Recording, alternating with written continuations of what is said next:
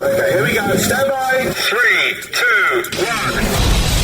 The thinking atheist. It's not a person. It's a symbol.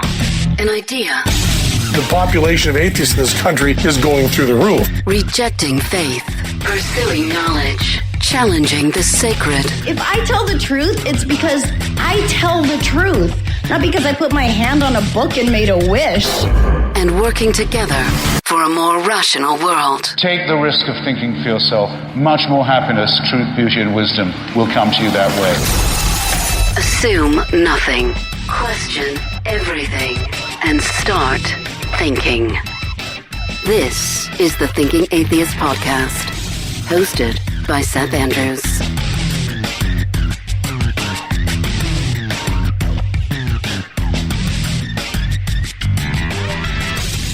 If nothing else, this last year was one of adaptation. To adapt and grow and evolve, this is where the Great Courses Plus comes in.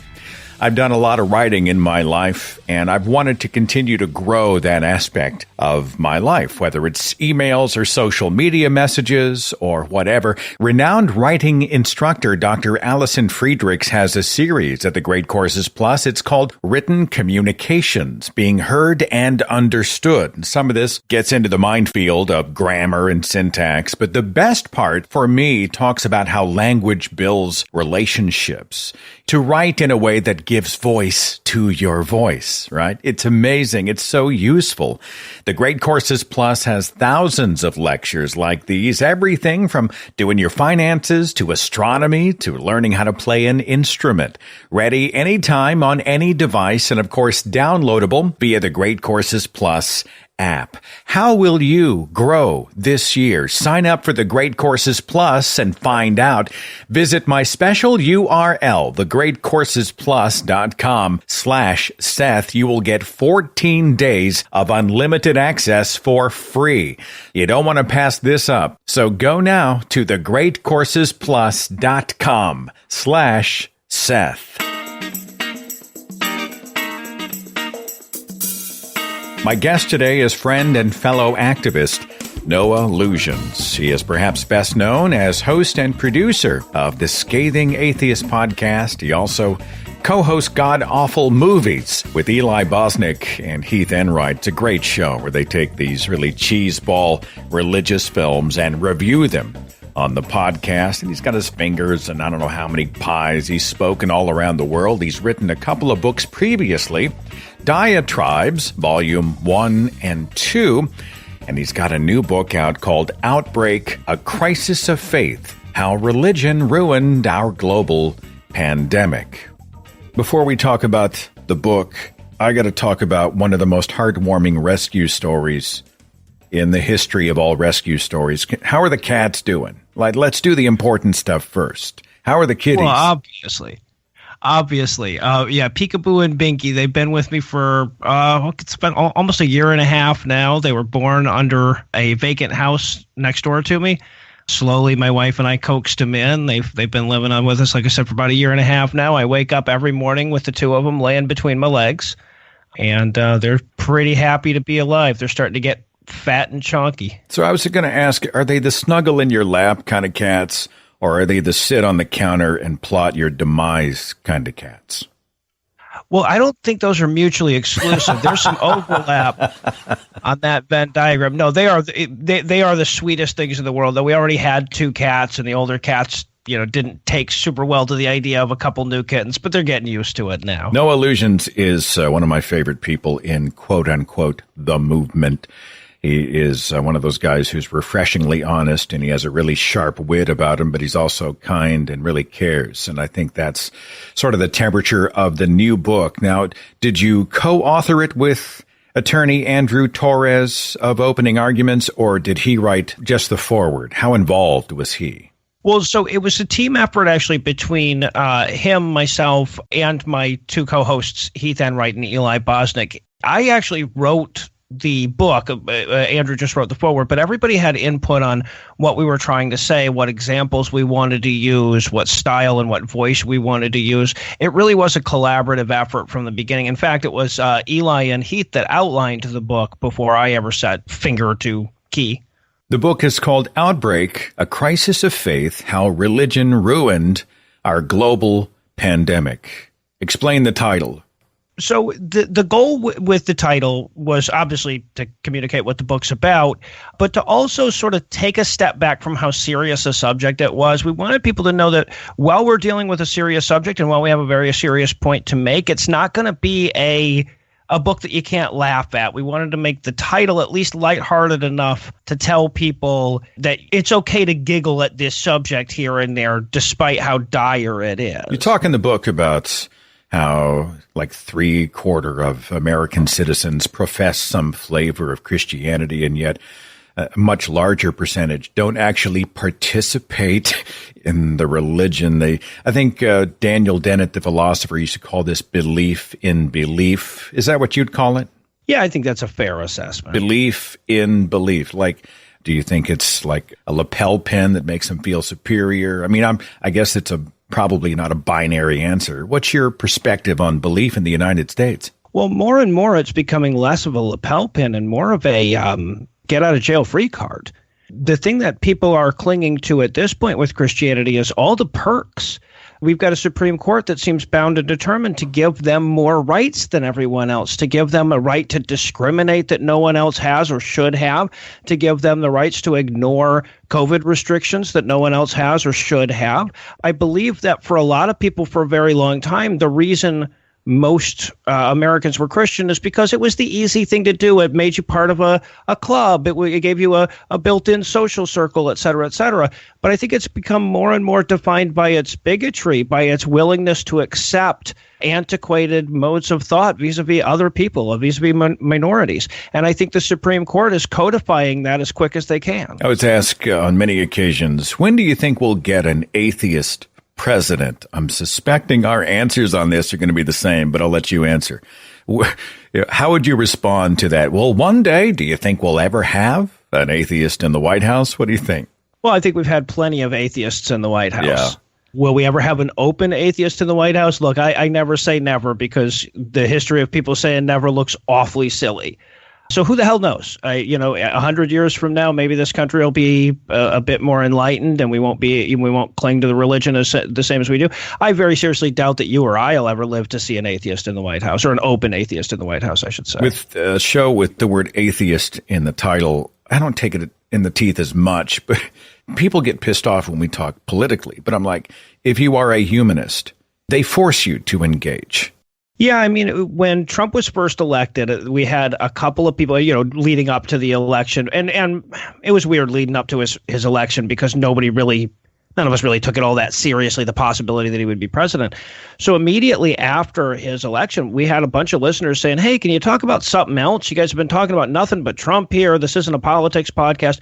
And we actually sat back amongst ourselves and said, hey, we should make an effort to break out of that. But it became increasingly clear over the years. Hell, it didn't even take years, but it became increasingly clear that there was no way to separate out the one from the other. There was no longer a way to talk about religion in America without also talking about politics, and there was no way to talk about politics without also talking about religion. This is the history of politics and religion. I mean, you can go back thousands of years, and we see that the two tend to bleed together. Even in the 20th century, I know I'd written about the Eisenhower era, and, it was the United States. We were wholly against the evil and demonic communist Russia, USSR, China, etc. We saw the moral majority, right? They came and really began to tap dance over the state church line back in the 80s during the Reagan era. But I've never seen anything quite like what we're seeing now. Noah Lugeons, your commentary on the evangelicals in the era of Trump? Well, I think it's a terrifying death rattle, or maybe that's the optimistic way of looking at it. But I think that what's happened is, we're seeing evangelicals lose their power.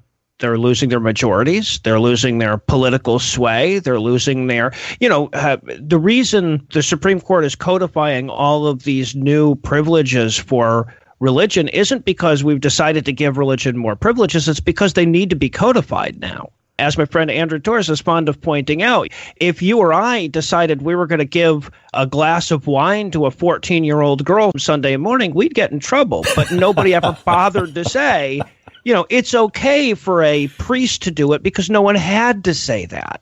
So the Supreme Court, with Barrett now entrenched in the highest court in the land, gives favorable treatment to churches in New York. They get a different set of rules. You've been following that story? Yeah, I mean, I think Joe Biden is too much of a traditionalist to really consider packing the court. I think that's the only real solution. I think we've just moved backwards, and it's going to take another lifetime to get back to where we were in terms of the rights of atheists, of non-religious people, and of religious minorities. My hope is that it won't be as bad for religious minorities as it was in the past, but it's certainly going to be worse for atheists, at least as long as you and I live. I mean, I think, look, when Donald Trump got elected, that was the biggest failure of the atheist and secular and humanist movement of my lifetime. Do you think there's merit in expanding the court past the current dozen seats? Absolutely. If the Republicans want to play that game, right, if the Republicans want to play the game of every time somebody else comes in, they expand the court into their majority, at least that would be better than the idea that, for especially, consider that until Trump, of course, most presidents would nominate older people to the Supreme Court. So this lifetime appointment, you're talking about 15, 18, 20 years. He's putting people on that could be on for 40 years, right? So people say, well, if we expand the court, then they'll expand the court. Fine. That's better than what we've got now. What will most likely happen is that they'll expand the court out. If we were to do this, what will most likely happen is there will be no court expansion. But what would happen if we expanded the court? Most likely is that we would expand the court, and then we would come to some agreement on where it was, and we would legislate that. Mike Pence has been kind of the invisible man, at least at the time of our conversation here as we're doing that. I mean, he's popped his head out occasionally, but I get the vibe he's just sort of sitting back and kind of trying to stay out of the limelight, perhaps to remain politically viable. Even watching Pence, what's your take on the guy? Yeah, Pence scares me a lot, and he scared me. I'll admit to my ignorance going into the Trump administration, I was more scared of Pence than Trump, because I assumed that Trump would largely be a figurehead that would sit back and watch the news, which turned out to be correct. But I also didn't think he would so actively stand in the way of the people who were trying to govern. So I assumed that Mike Pence would actually be taking on the bulk of the governance. And in a sense, if you look at Trump's accomplishments, for whatever that's worth, you'll find that it's mostly Pence's priorities. So to an extent, that was true. Now, obviously, the real problem with Trump was the tweet flares that were going out every 16 seconds, where you were constantly wondering what country we were going to wind up at war with over a Twitter insult. But yeah, I mean, I think Pence has done a phenomenal job moving behind the scenes, getting what he wants, what his people want, which is obviously more rights for religious people to discriminate against LGBTQ people. I think that's his primary focus. But also, of course, he's got that sort of neocon past as well. So yeah, I'm actually shocked at what a good job he's done when you consider what a controversial person he was going into the office, what a good job he's done of remaining untainted or relatively untainted by Trumpism. I'm interested in Vice President Pence's sort of walk between the raindrops position on gay conversion therapy, these insidious programs where they take LGBTQ people and they bring them in and try to fix them because obviously they're broken. And you talk in the book about how he didn't overtly come out and say, I support gay conversion therapy, but he didn't have to say that. You want to explain it? Yeah, so there was a big controversy about this during the Olympics or the Winter Olympics when Adam Rippon came out and Pence, I guess, was the leader of some national, whatever the group that we send over diplomatically for the Olympics. He was the leader of it. And there was an openly gay figure skater that says, I can't believe that you would expect me to meet with a guy that supported gay conversion therapy, that sought to federally fund it. And there was this big kerfuffle, this big to-do where all of his people, all of his handlers came out and said, oh, no. He never did that. It's a matter of public record that he did it. Again, like you say, he didn't say the words gay conversion therapy, but he was fighting to redirect funds that were meant to prevent HIV/AIDS to gay conversion therapy as saying, well, that'll prevent HIV/AIDS right there. I don't have the statement in front of me, but he had this despicable statement about how can we treat the outcome without treating the root cause of the problem, where he was very clearly referring to homosexuality. You brought up the AIDS epidemic. Let's talk about Robert Redfield. 18th director of the CDC, the Centers for Disease Control and Prevention. He's got a spotty record as a quote-unquote scientist. You talk about him in the book.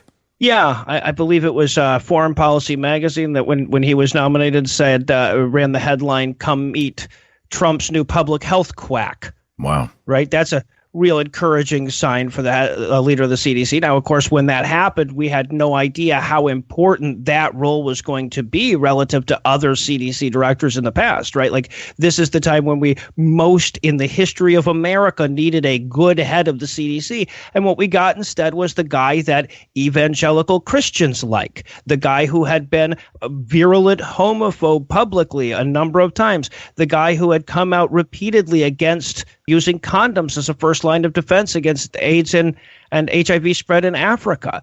That's who this guy was. He wrote the foreword to an entire book about how distribution of condoms is an evil that promotes promiscuous sex and is an affront to God.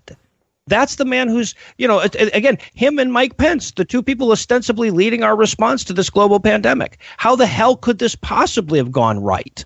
I was reading through the book, and you profile specific people in point positions in its administration, and I kept saying, shit, he's from Oklahoma. And then the next, oh, shit, he's from Oklahoma. All right, Scott Pruitt, former Oklahoma State Attorney General, director of the EPA for about a year, starting in 2017. Of course, we want somebody who's received major major money from the fossil fuel industry to be in charge of environmental protection. The guy's also a hardcore evangelical in a strong field of horrible choices. Why did you single Pruitt out in your book? Yeah, well, so at the beginning of the book, the big connection that I was trying to make was I was trying to point out that one of my big concerns coming out of this pandemic is that many people will look at the pandemic, they'll look at the Trump administration, and they'll say, see, that's what happened right there. We had a big disaster and we had that idiot in charge, and that's the problem.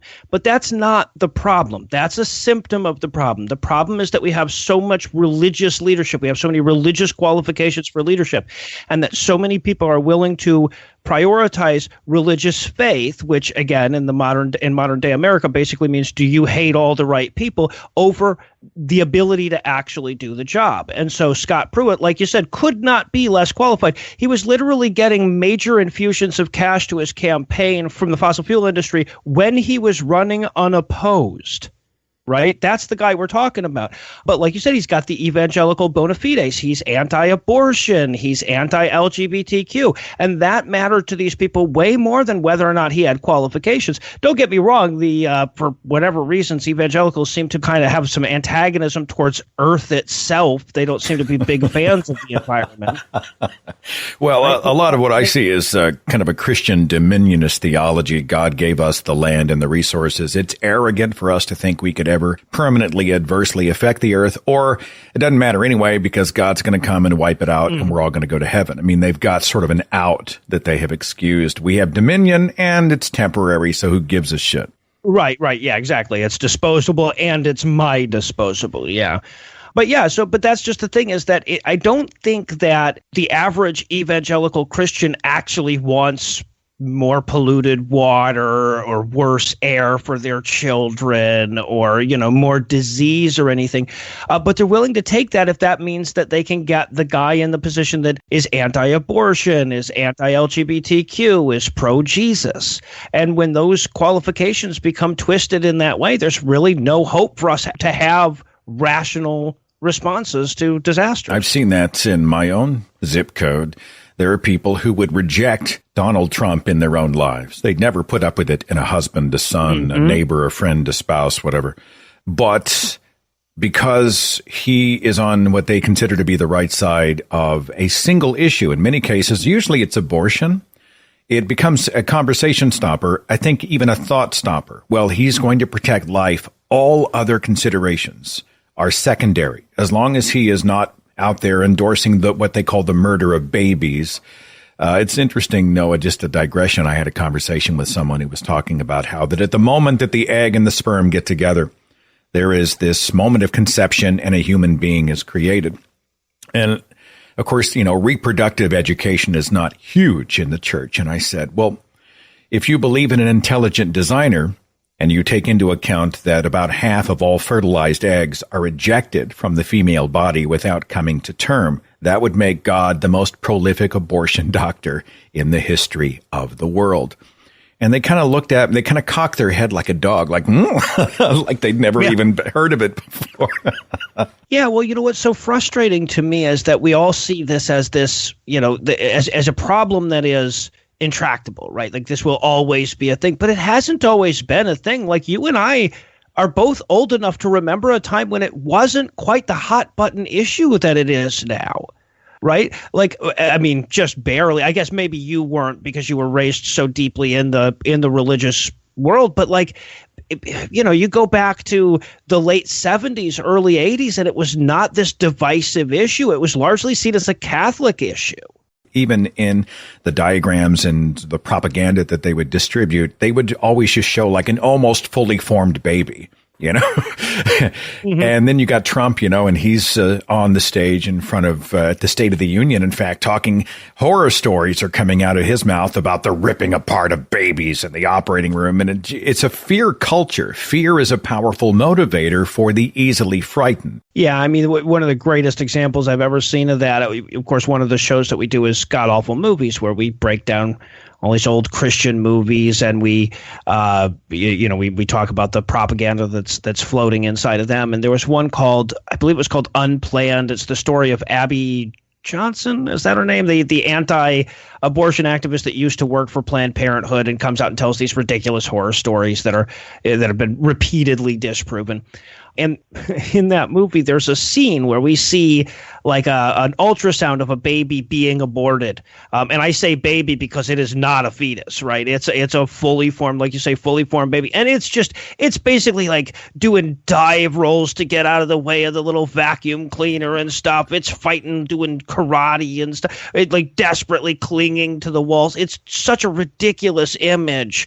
And yet that's exactly what, like you said, these people are being sold, this idea that there's just a little baby in there wearing a diaper, clawing at the walls, trying to survive, like the girl in Silence of the Lambs down in the well or something. Yeah.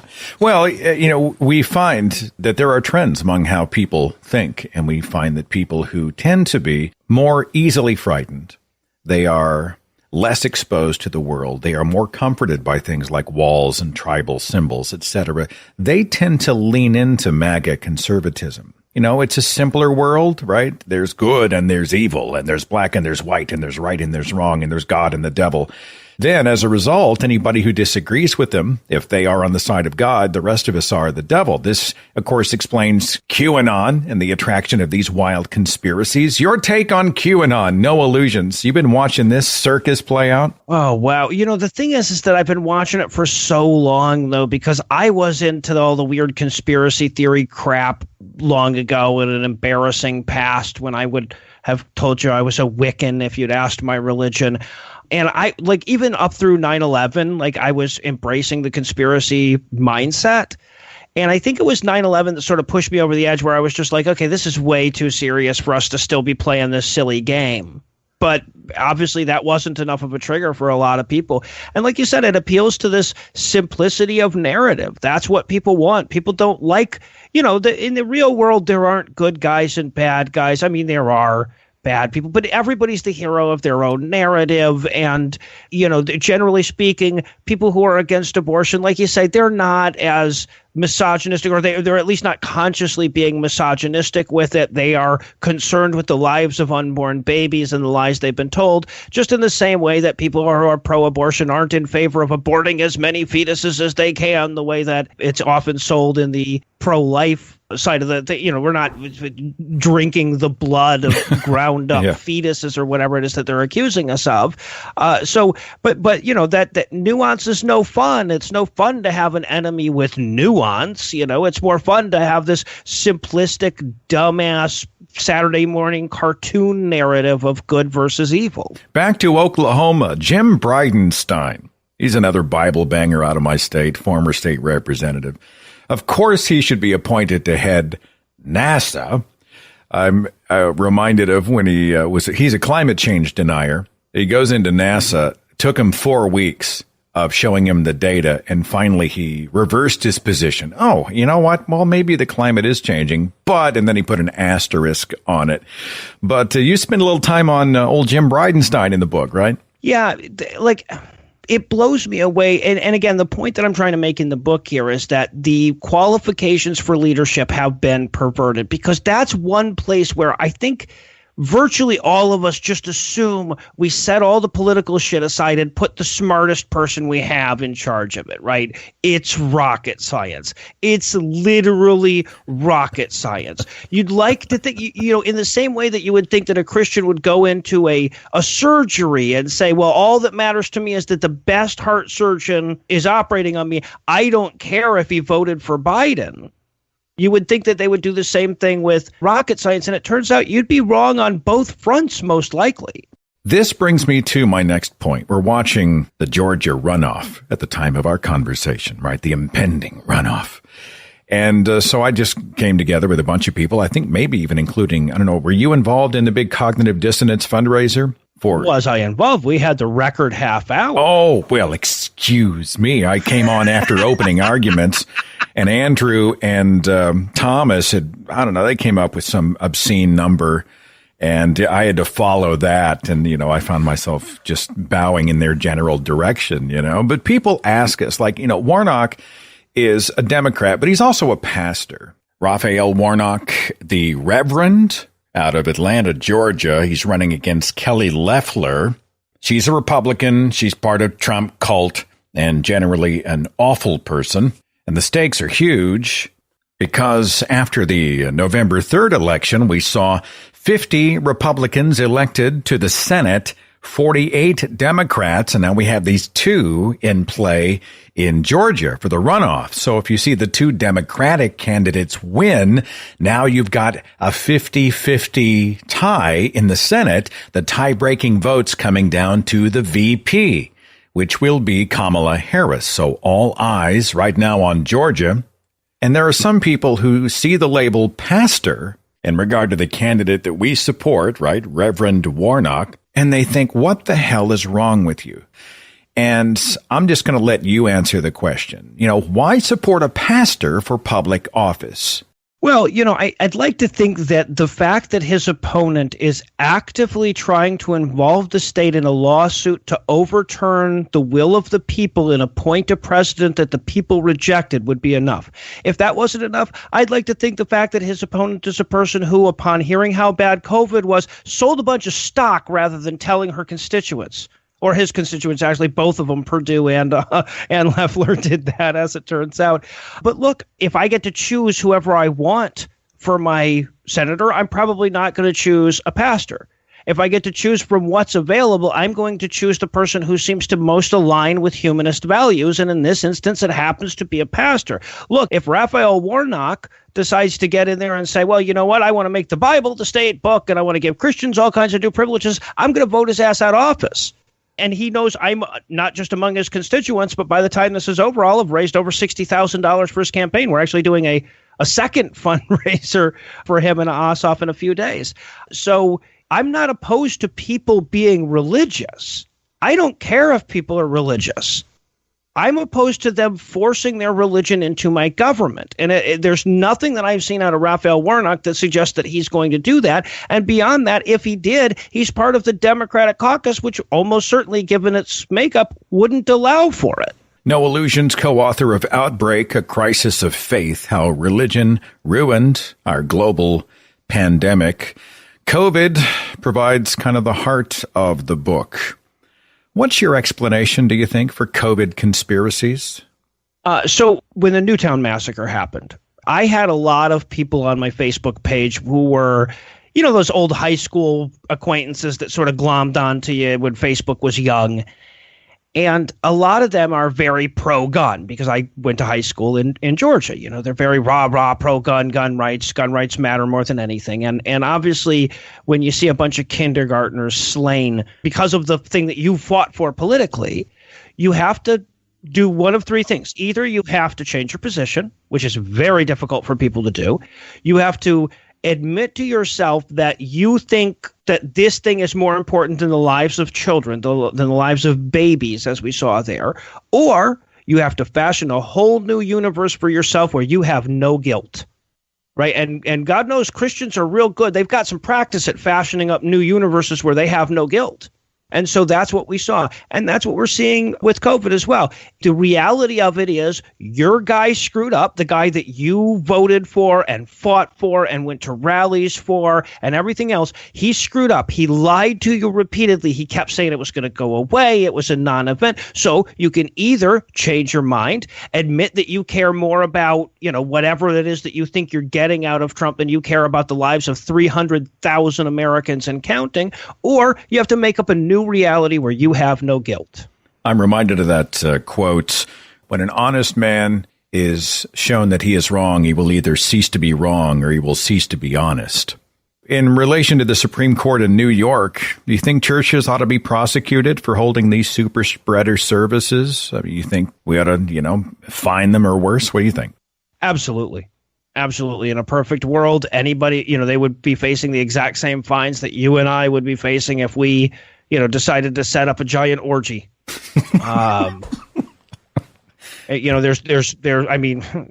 could argue that there's much more merit in a giant orgy, especially if Seth's there. But look, it's the same thing. It's there should be no special bonus laws and privileges and rights for religious folks. So yeah, look, if I'm the state AG in Oklahoma and I'm given the opportunity to, maybe I don't, because it's just not worth it politically. I'm not going to win the case, et cetera. So, in individual circumstances where individual people are trying to make the decision, it might not be as clear, but just in the abstract, absolutely, they should be fine. So when they're not holding events between a landscaping shop and a dildo store, we're watching essentially the entire freaking White House coughing COVID on each other. There's this, I don't know if it's sweet justice or, because if they recover from it, then they weaponize and minimize and marginalize and say, well, it was nothing. That's just a couple of days. I lost my sense of taste and smell. Don't worry about it, people. So it's actually,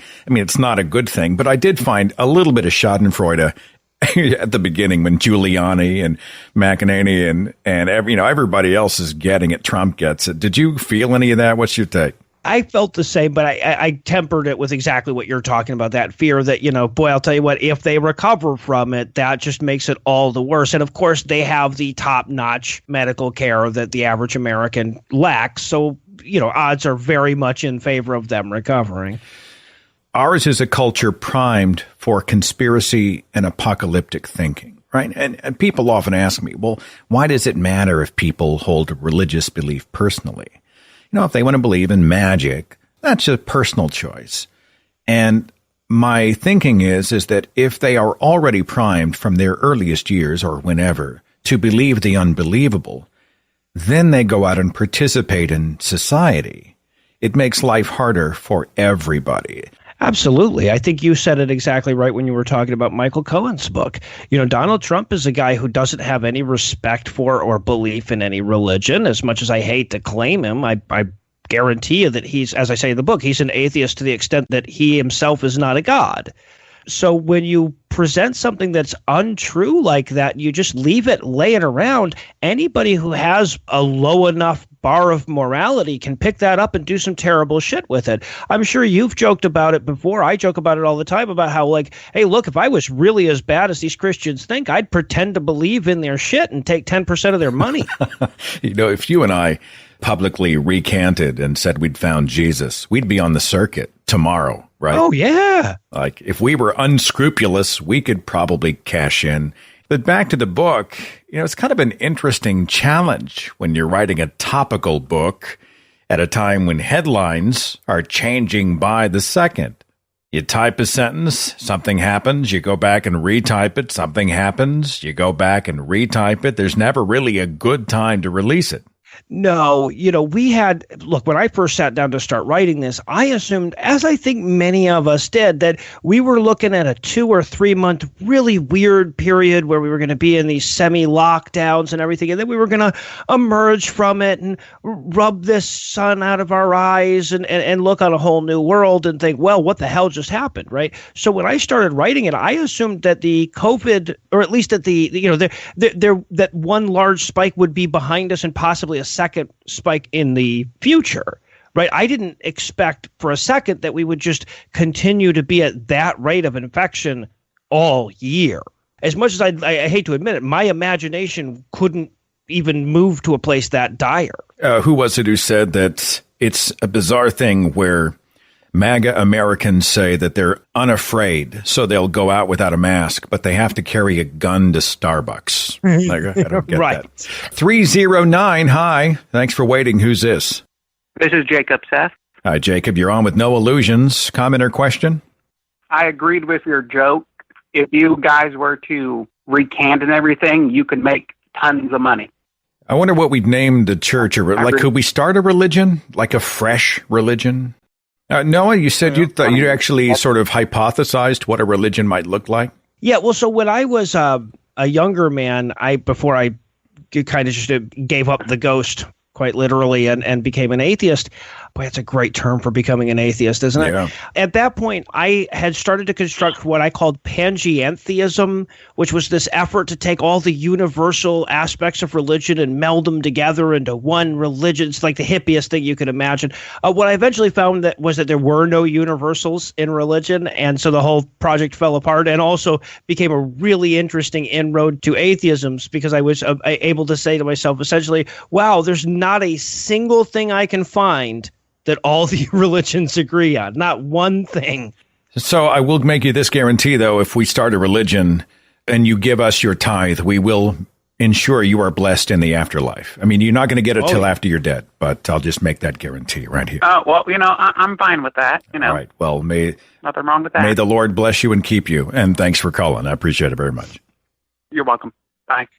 Interesting to watch the God who is not the author of confusion, who is behind a religion that has thousands of disagreeing denominations all fighting with each other. I think we should have Thunderdome and just invite the apologists. That'd be nice. To the extent that we'll ever disprove religion, I think that's how we're going to do it, right? Like, the idea is basically, if there's a truth value to a system, everyone who studies the system moves towards that same thing, right? Like when we first, we're trying to figure out how the universe worked, how the planets orbited, what they were doing, which directions they were going. Everyone had their own theories. Everybody had a pet theory, but because it was based on something with a truth value, eventually we zeroed in on the truth. And now, with the exception of the millions and millions of people who think the earth is flat or that the sun orbits around it, we've all agreed. But everybody who studies it has agreed on one singular model. Religion follows the model of language, right? Where the more people who speak it, the more different variations you get, the more diversity you get. That's something that doesn't follow a truth value. There's no actual correct word for tree, right? It's all arbitrarily assigned. And so you can look at that trend and I think ultimately prove religion is false that way, at least to the extent that you can prove a negative. Dr. John Loftus calls this the outsider test for faith, or at least a version of that is, if you want to know what's wrong with this church, you can look at the other churches and their criticisms, right? Right. One set of standards for you, a different set of standards for me. Short break. I'll be back with more, featuring my heathen author friend Noah Lugeons. More of your phone calls, and I'm going to read a section from Noah's new book called Outbreak, A Crisis of Faith. Hang on.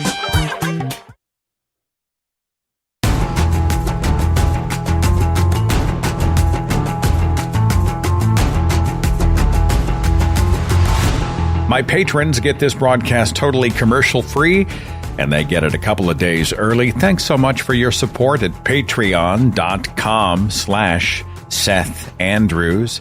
My guest today is Noah Lugeons. He is well known from the Scathing Atheist podcast, from God-awful movies. He's got a brand new book called Outbreak, A Crisis of Faith, How Religion Ruined Our Global Pandemic. And we've got some callers with comments and questions for the author. 251, hi, you're on with Noah Lugeons. Who's this? Hello, I'm calling from Mobile, Alabama. My name is Tony Paloogan. Tony, talk to me. Comment or question for Noah? Well, I just have a question because, I'm a fellow atheist, but see, I think these court cases for religious gatherings are important for assembly. When they can deny these religious gatherings assembly, later they can deny us our atheist gatherings for assembly. I just think assembly is such an issue. And I'll hang up now and let y'all comment on that. I'm listening to your program late. I've heard the first of it, and I know y'all are further along. I'll let Noah tackle it first. Thanks for calling. I think that's a really great point, Tony, except that that's not what we're talking about, right? Our right to assemble has already been restricted. So we're not talking about the abstract right to assemble. That's already been stripped away for the purposes of saving lives during a pandemic. So the slippery slope argument that you're making doesn't follow because we're talking about a rule that is only extant for religious people, an exception that is only being made for religious people. Now, if your argument is that all COVID restrictions should be lifted because of the importance of the right to assemble, I just disagree with you from a public health standpoint. From your perspective, totally subjective opinion, Noah Lugeons, if Jesus was here today, do you think he would look at his followers and say, hey, put on a freaking mask? I mean, I don't know. Well, yeah, I was going to say, depends on the Jesus we're talking about. If you're talking about the Jesus from the Bible, no. No. He would say, well, stop washing your hands like a bunch of assholes. Did God not make within that which is without, or whatever the hell his quote is there, right? He would say, what, you don't trust my Father to not give you a disease? No, the Jesus of the Bible would have been an anti-masker play rat-licking bastard, I would think. The old rat-licking Jesus. There's an image I will never get out of my head. No, I'm still trying to picture you as like a religious guy. I mean, were you like hardcore? Oh, no. I was religious to the extent that I thought that it would convince women to take their clothes off. I'm sorry to admit my sexist nature, but if you study Wicca, if you study like those hippie witchcraft neo-pagan religions, there's a lot of sex in them. So you hand that to a 15-year-old boy, you hand him that or the Bible and all the church girls in Georgia, and it's just like, yeah, this is a no-brainer. But I don't think I ever believed in it. Or, maybe that's just a fiction I tell myself so I could be less embarrassed by my younger attitudes, but I don't know that I ever really believed it. I've had you for an hour, my friend. Are you good for time? Do you have time for a few more calls? Oh, for sure. I mean, I don't want to. I know you're juggling. I don't know how much content you people create, you and your team, but good God, I don't know how you do. I have one show, and I feel overwhelmed. I don't know how you guys keep up with as many shows. Yeah, but you don't have two talented co-hosts the way I do. That helps a ton. Yeah. Well, I mean, they are talented, no doubt. 717. Hi, thanks for waiting. Who's this? Hi, my name is Sean, calling from Lancaster, Pennsylvania, and you kind of ruined my question there, Noah, because I was just about to ask, what was your whole experience with moving away from being religious to where you are today? I think that's still a relevant question. I mean, how did you escape? Unfortunately, like most atheists, my trip away from belief was just this sort of gradual taking it less and less seriously. I didn't have any major ties to break the way that Seth did. I think that what was really interesting for me, the only time it ever felt like I'd made a break, is when I would go back 10, 12, 15 years later and see a friend I hadn't seen in a long time, and they were still into all the woo and the neo-pagan witchcraft conspiracy theory crap and expected me to play along. It really felt like there had been a big break for me at that point. But there was certainly no eureka moment. A lot of people who have that fire in their belly as an activist, though, it's informed by, religion screwed me over. You're really on the front lines. You're an activist guy, but you don't have that backstory. Yeah, I think, honestly, I'm just an angry dude. I think I was just looking for the right target for my anger. No, I could tell you the moment that I was inspired to be an activist, it still lives in my mind. It occupies a very big space on my mind. I was on a subway train in New York City, and I was watching a Jewish family, a Hasidic Jewish family. I was watching a father berate his daughter for reading this book. It was a boy book, and she wasn't supposed to read boy books. And I didn't understand what was going on. I talked to a Jewish friend of mine afterwards, and he explained to me that that was a thing, that girls were not allowed to read, or that what they were allowed to read was very restricted in these households. And I says, like, all right, well, I'm absolutely disgusted by that. Does that make me a Nazi? And he goes, no, it just makes you a rational human being. I'm like, okay. And then I got off the train. I walked up, I'm walking away from that conversation. I had that conversation with him on the phone. As I'm walking away from it, I see one of the signs that I can't remember what group it was that put these up on the buses that said good without God.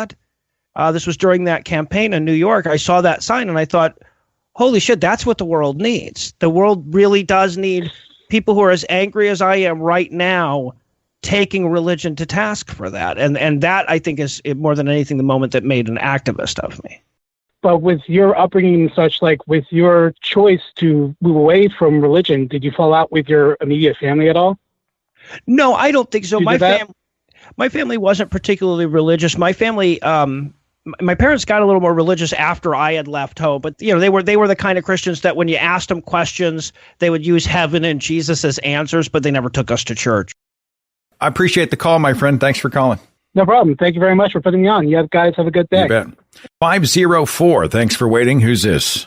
My name is Wade. Right now we're in the last days of hell, and Giuliani's back for his melting and farting. And I just wonder, is there any hope that Trump will fade away or possibly go to jail? As much as I cannot imagine a world where he winds up in jail, right? Like I don't doubt for a second that he deserves it, that we'll have all the evidence we need of the crimes that he's committed. I just cannot imagine that universe. I'd like to be wrong on it, honestly, but I just can't imagine that universe. But I think we're going to get the next best thing. I know a lot of people are really terrified of ex-President Trump and what kind of mess he's going to make. But honestly, once you take him out of power, he's just going to be increasingly pathetic. His family is a bunch of ridiculous screw-ups and idiots.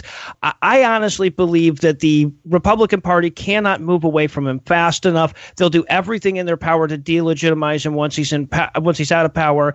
His supporters don't like no loser. Right. And he is increasingly just an embarrassing loser. So I honestly think we're going to get to watch this amazing, sad degeneration for like 6 years, and then he'll disappear because he'll be too weak to move, and then he'll die. That's what I think we'll get. And it's, honestly, that's kind of what I'm hoping for. That answer your question, my friend? Oh, I hope so. Yes, it does. Thank you. Thanks for calling. Thanks, Wade. So this brings us to just some conjecture. He can't not be in the spotlight. So is it post, like, I'm still president even though I'm not president rallies? Does he start his own TV network? Does he start a church? He's going to do something, right? Oh, that's interesting. Yeah. Well, I think the plan originally was to start a TV network, right? Like he was supposed to lose the election and then start a whole TV network about how Hillary wasn't the legitimate president or what have you. So that might still be in the cards. I don't know. I will say this, whatever it is, it's Donald Trump, so you can count on it being a ridiculous, miserable failure. I'm tired of talking about him, though. I mean, how much longer do we have to put up? At least if he's not in the highest office in the land, he's easier to just sort of ignore. I'm waiting for Twitter, who, by the way, just sent their new terms of service to be enforced starting January 22nd. 2021, where they have tightened their terms of service. And a lot of people think that Donald Trump's going to get banned from Twitter just as soon as he's ousted from office. I love the idea. Yeah, as do I. Look, it seems to a lot of people like Trump has a death strangle on the GOP that will never, that'll never let loose and everything. I just want to remind you that there was a time when Rudy Giuliani seemed like an unassailably strong politician, right? There was a time when it was hard to imagine any Republican ever admitting that George W. Bush made a mistake at any point in his career, right? It's all everything seems permanent when you're living in it, but it's all temporary. 216. Hi, you're on with Noah Lugeons. Who's this? Hi, Seth and Noah. This is Justin from Columbus, Ohio. What do you think? Comment or question? Yeah, I just wanted to come in and say, yeah, I'm really glad to hear about Noah's book, because the whole issue of religion kind of mitigating our response as a country, I think that's something that people really aren't talking about enough. I mean, I understand why. Obviously, we're basically a pseudo-Christian nationalist country at this point. But yeah, like, for example, most of my family, I live in Ohio, most of my family are like God and country, Trump Republican type people. But me, my mother, and my grandma are, a little bit more into with science. Like, my brother is QAnon adjacent. He thinks COVID is a hoax. None of it's real. Like, drank off a friend who was concerned they had it as, to prove that it's not real, stuff like that. Oh, my God. So anyway, as Thanksgiving kind of rolled around, and obviously, like most people, we decided not to have a big get-together.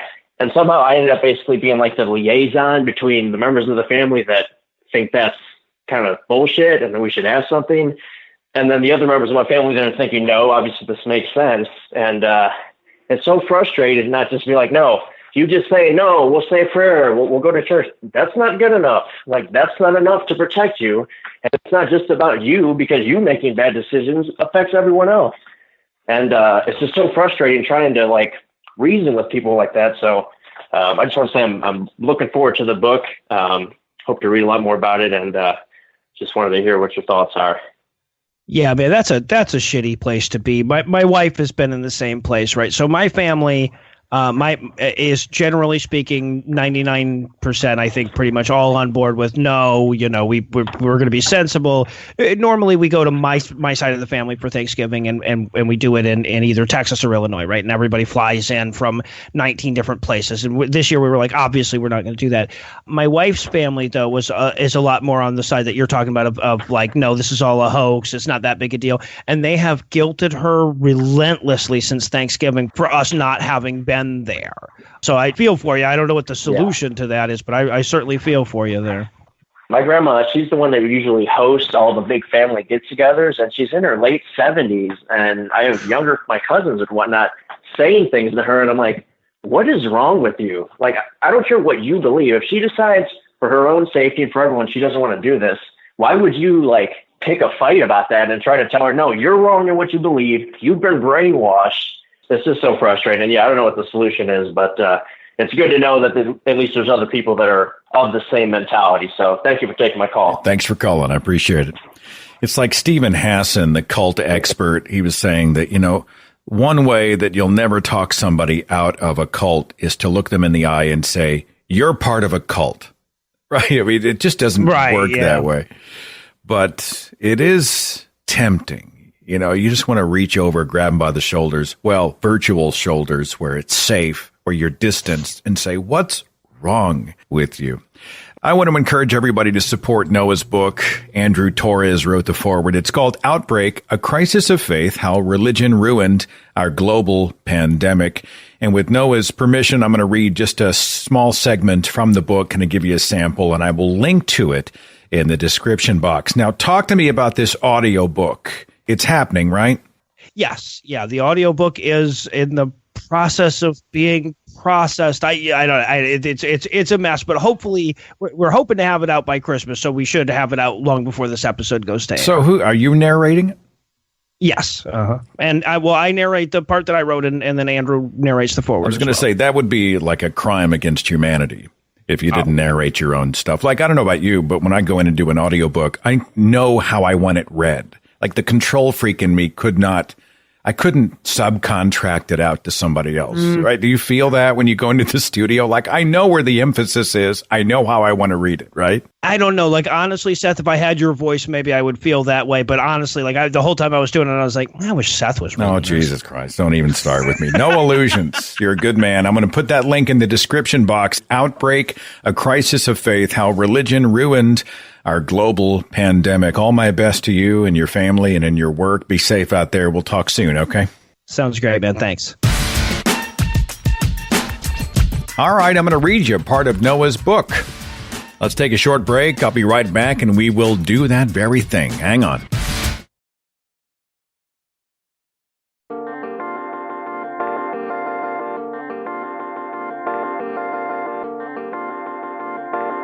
With the permission of the author, let me read to you from the new book from Noah Lugeons, Outbreak, A Crisis of Faith. Chapter 4 is called A Prophet to Lead Them.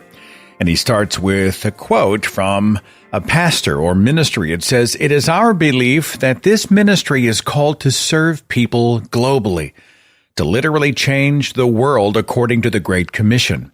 And our infrastructure and operational plan reflect the worldwide nature of that assignment. Our pastors share the gospel of Jesus more than 300 times per year in churches, arenas, venues, convention centers, stadiums, and other facilities across the entire planet, and are committed to aggressive travel schedules that cannot be fulfilled via any other means other than private aircraft." That's a quote from Creflo Dollar Ministries website. And the chapter begins, "When asked why they would not simply move their services online, religious leaders had a bevy of ready responses. They must lay hands on their congregants. Baptism cannot be done through Skype. Communion cannot be given on a Zoom call. The Lord's message requires a personal touch that cannot be obtained through any artificial means." Far less frequent was the admission that people simply were not attending online services.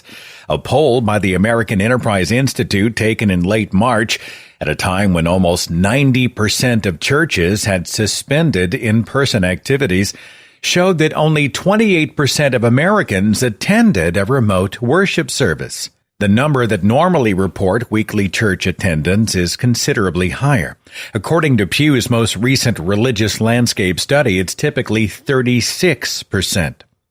In an interview with the Washington Examiner, researcher Daniel Cox explained, "Many people reported that the feeling of community that comes with church is irreplaceable in an online setting. Social pressures to go to church, too, is harder to enforce when fellow congregants cannot see who is and who isn't watching streamed services." These explanations are as obvious as they are damning. To admit that people go to church for camaraderie rather than communion with the Almighty is dangerously close to conceding that one could get all the same benefits from a well-attended astronomy club without paying 10% of one's income or tacitly endorsing homophobia. To admit that people go to church because of peer pressure too starkly reveals the similarities between the standard business model of churches and drug dealers. And so, to whatever degree possible, church leaders obscure the profit motive and offer up some theological excuse instead.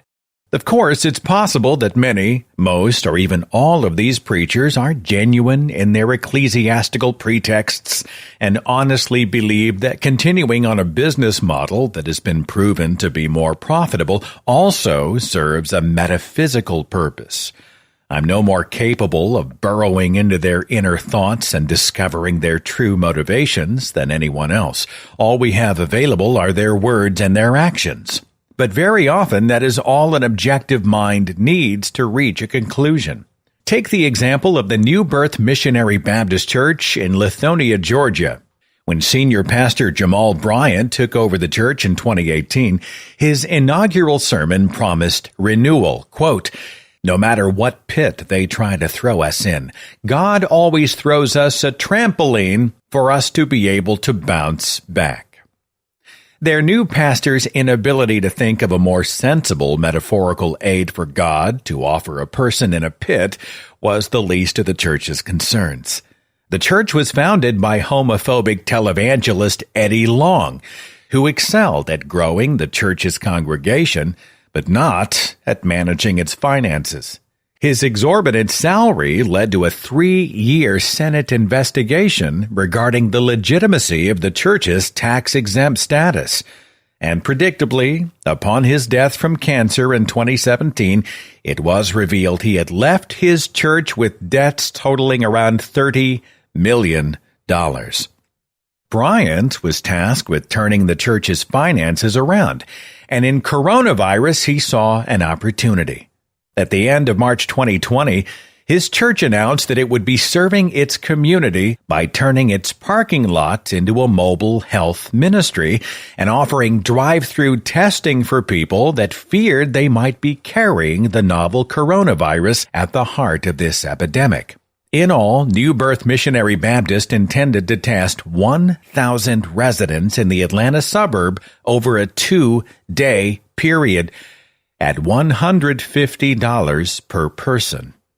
The plans were hastily scrapped when outraged voices online pointed out that charging people for medical testing during a pandemic is an activity normally reserved for James Bond villains.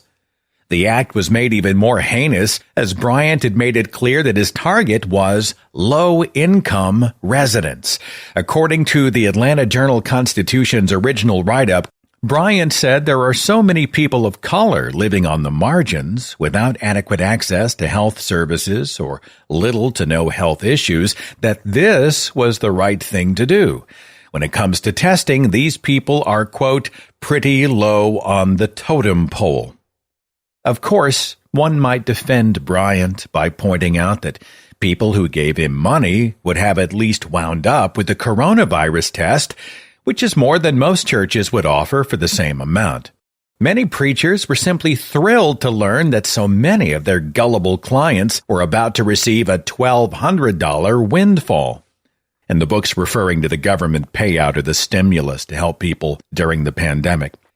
Pastor Tony Spell instituted what he called the Pastor Spell Stimulus Challenge, in which he encouraged his social media followers to give their entire $1,200 stimulus check to a pastor. He didn't name himself, of course. He simply advocated that you give the money to any pastor, provided they're evangelical and, for reasons left unexplained, North American. Pastor and spiritual advisor to the president, Paula White, was less subtle in her request. If a graph was constructed to measure how frightened secular Americans should be of every religious leader in the nation, where the y-axis represented how extreme and damaging their message was, and the x-axis represented their relative proximity to power, Paula White would rank among the most terrifying extremists in the country.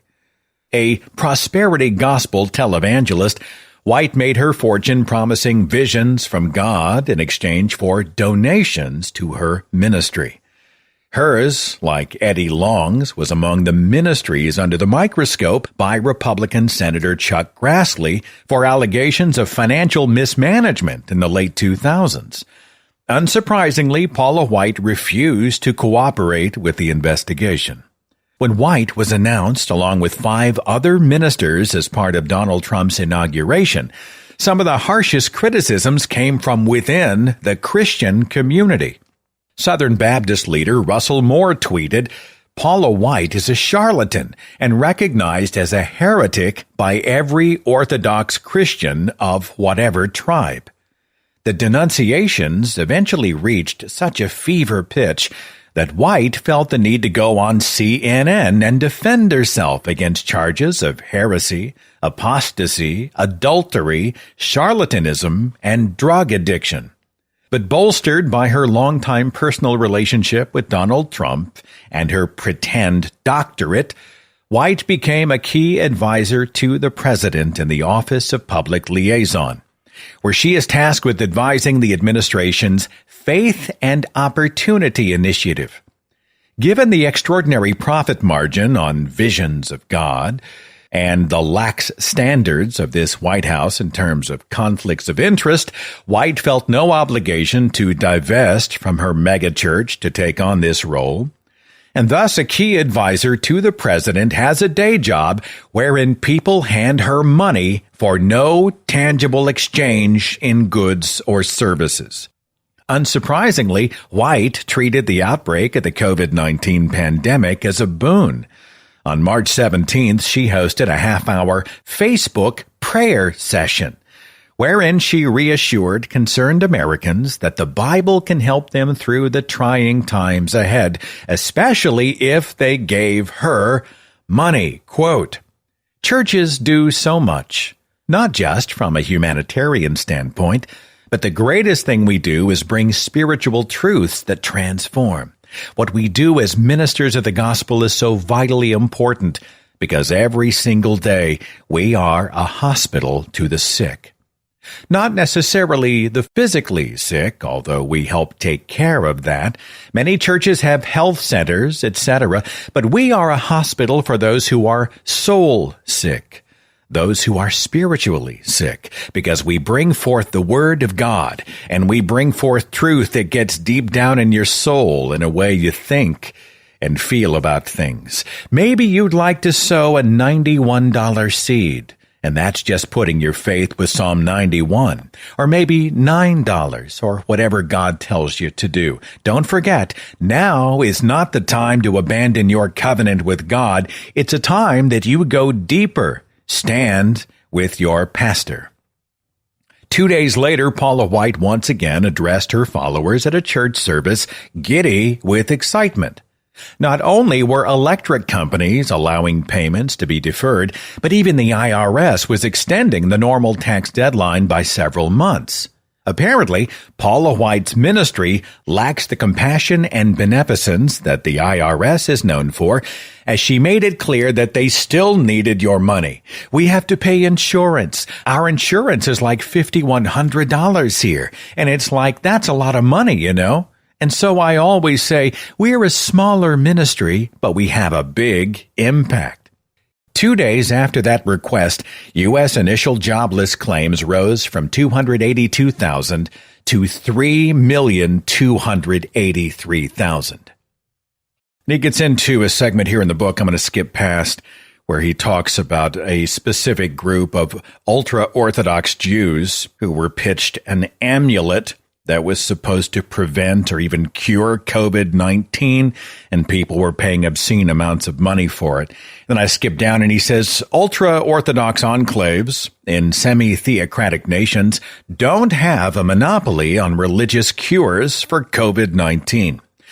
The Genesis 2 Church of Health and Healing, or G2C, is a Florida church that encourages the faithful to ensure their health by drinking bleach.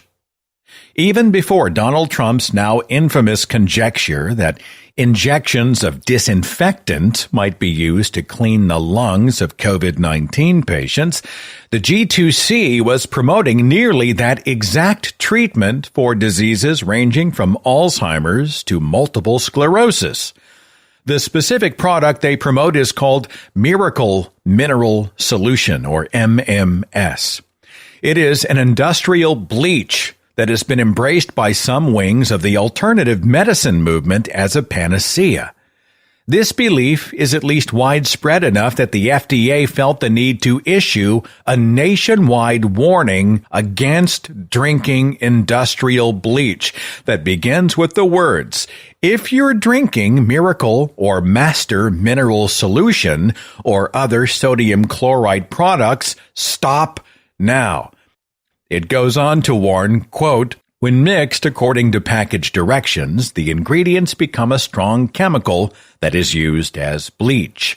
Some distributors are making false and dangerous claims that Miracle Mineral Supplement mixed with citric acid is an antimicrobial, antiviral, and antibacterial liquid that is a remedy for autism, cancer, HIV/AIDS, hepatitis, flu, and other conditions. But the FDA is not aware of any research showing that these products are safe or effective for treating any illness. Using these products may cause you to delay other treatments that have been shown to be safe and effective. The bottom line, sodium chloride products are dangerous, and you and your family should not use them.